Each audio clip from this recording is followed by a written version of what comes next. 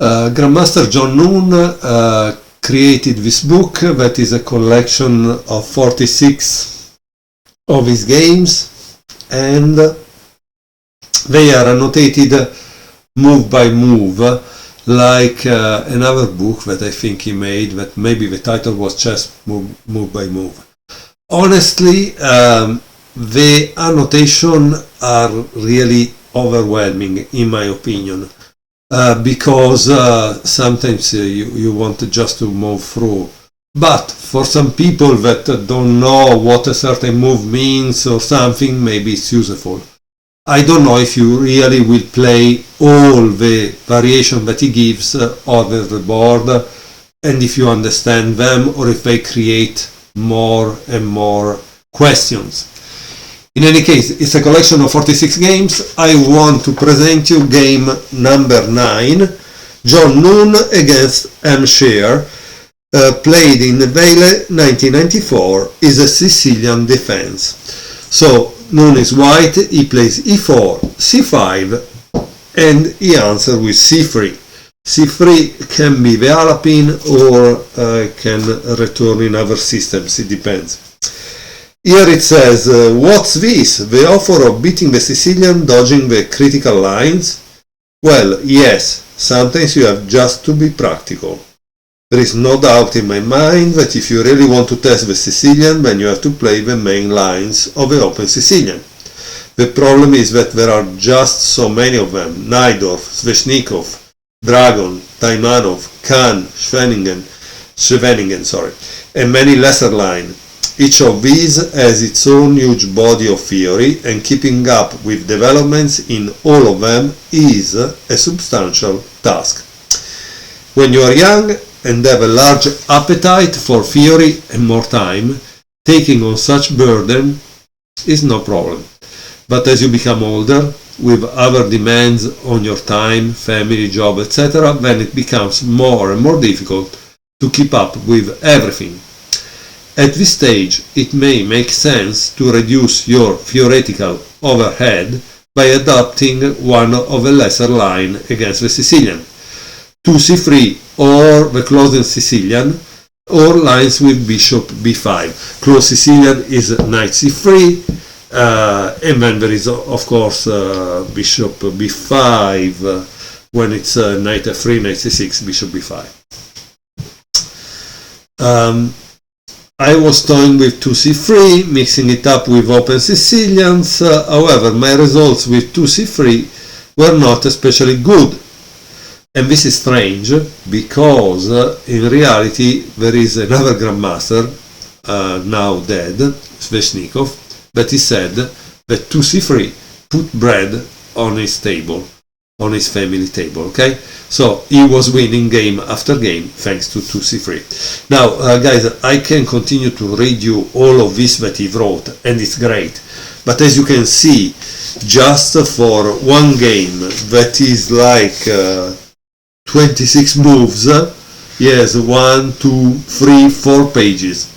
Clearly, it's great for people who have the time.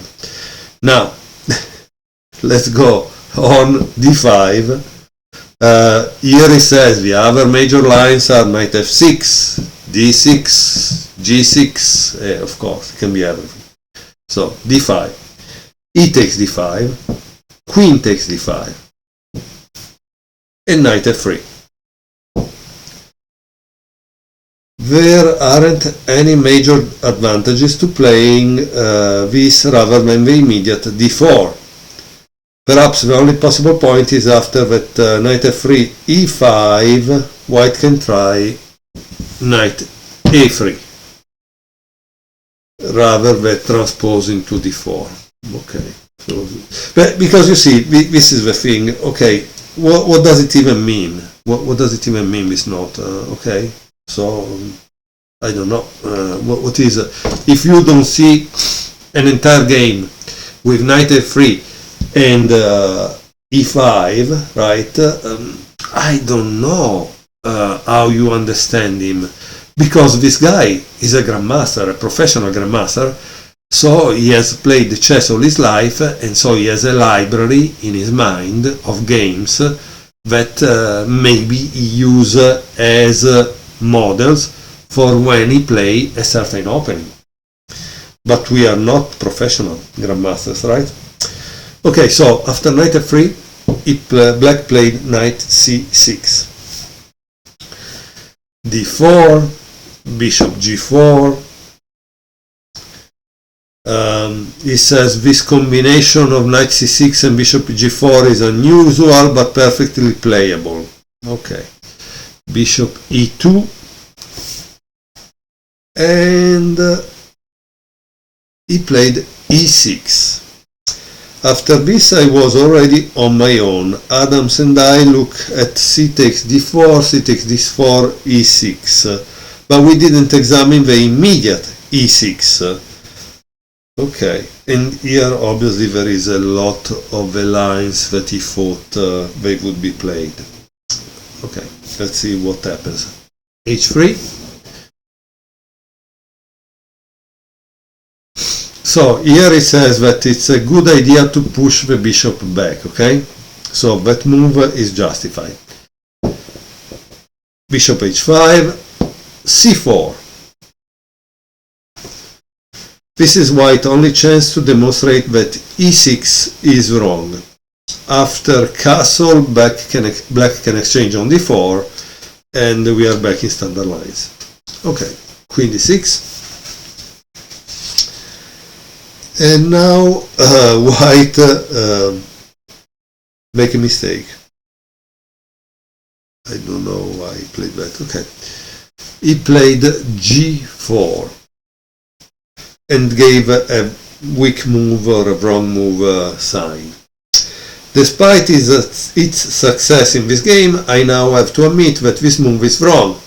Playing for a direct attack is a risky business, so early in the game, when most of the white pieces are still at home,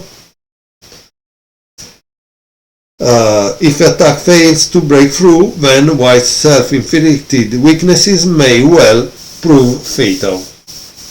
In such situations, the result is often poised on a knife edge, and the tactical resource several moves down the line may reverse the verdict on the whole continuation. Okay, let's move on, because again it's a long description. Bishop g6, d5. And here he says, once started on the attacking path, there is no way back. Knight b4 and castle. Wow. Okay, he castle in fact on a side where he's kind of weak. Yeah. So let's see what happened. White offers the rook on a1, and during the game I spent most time on acceptance of the offer. However, the refutation of white's idea is based on simply ignoring the offer rook and playing for quick development. Okay, so he's saying that he spent a lot of time on this move because he was thinking he would do it, he would take it. It's protected by this, okay? Instead, black played f6. But it seems f6 is not a good move. So which one is the right move? Again,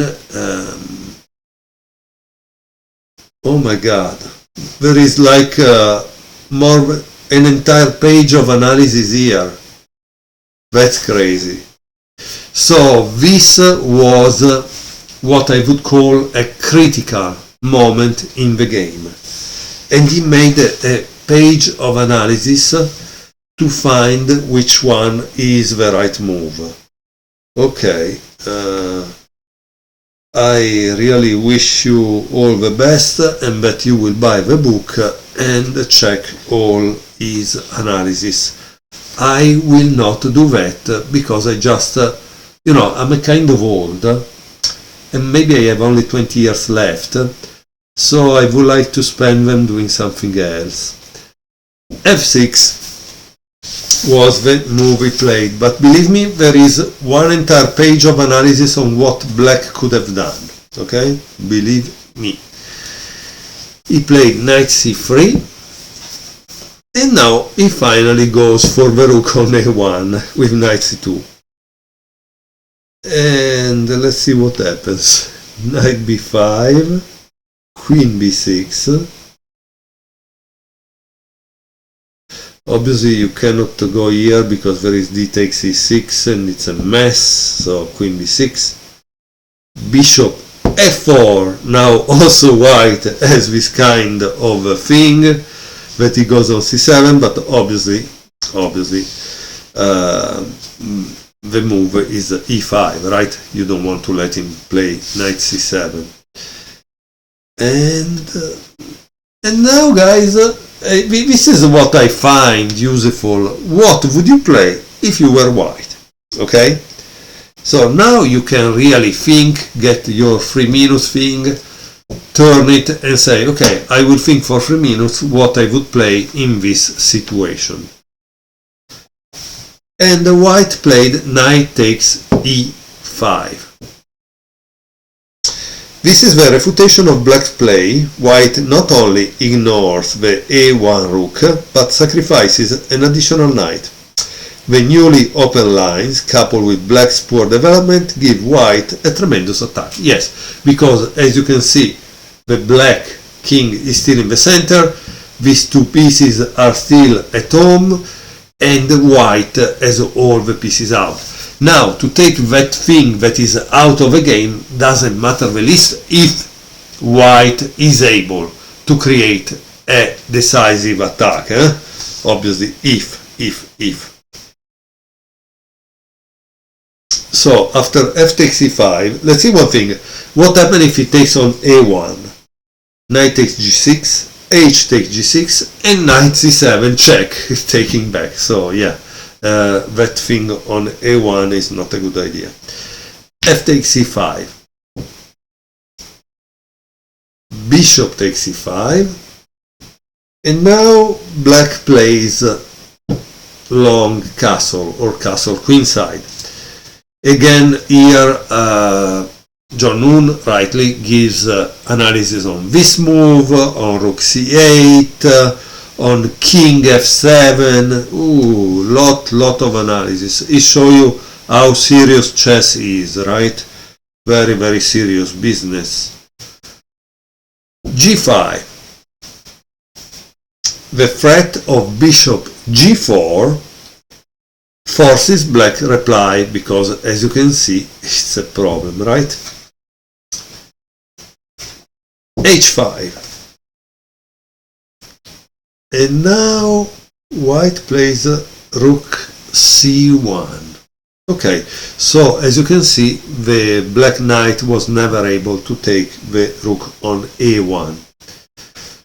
Knight b4 and bishop c7. Black must give up his queen for 3 minor pieces. Normally a reasonable trade, but hopeless here, thanks to white's 2 extra pawns and black's poor development. So queen takes b5, c takes b5, king takes e7, and now there is bishop c4. The threat obviously is this, and this cannot go anywhere.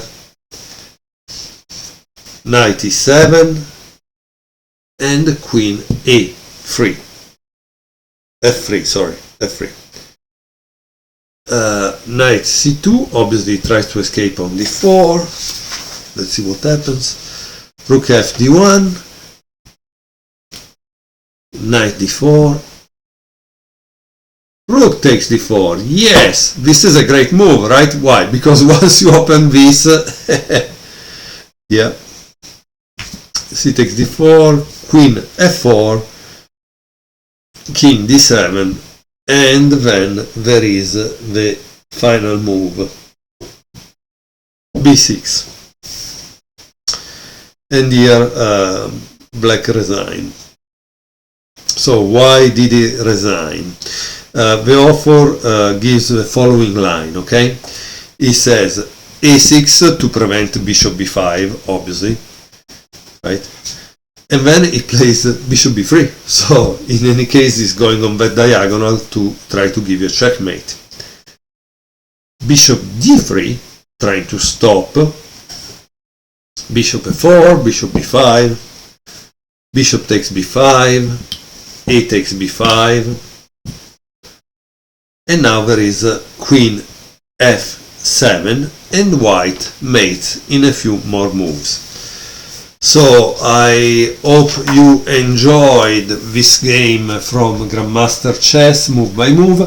This is clearly a very serious book, because he has a very deep analysis. Honestly, when there was that move f6 that was wrong, and he makes one page of analysis, I think the reader should do that analysis, because otherwise you don't learn nothing. If you just practically digest the book as it is, the author has done all the job for you, and so you will not learn anything. You need to do the job for yourself. So the author needs to tell you, hey, this is a critical moment, very, very critical. In the game, I wasn't able to analyze it all, but you should definitely do the exercise. And then, I don't know, at page 200, I give you the possible solution and show you all the analysis, so you can understand what was going on. In any case, it's clearly a great book to have if you want to learn chess and see how serious it is at top level, especially when you have to analyze after the game. Okay? Thank you for watching.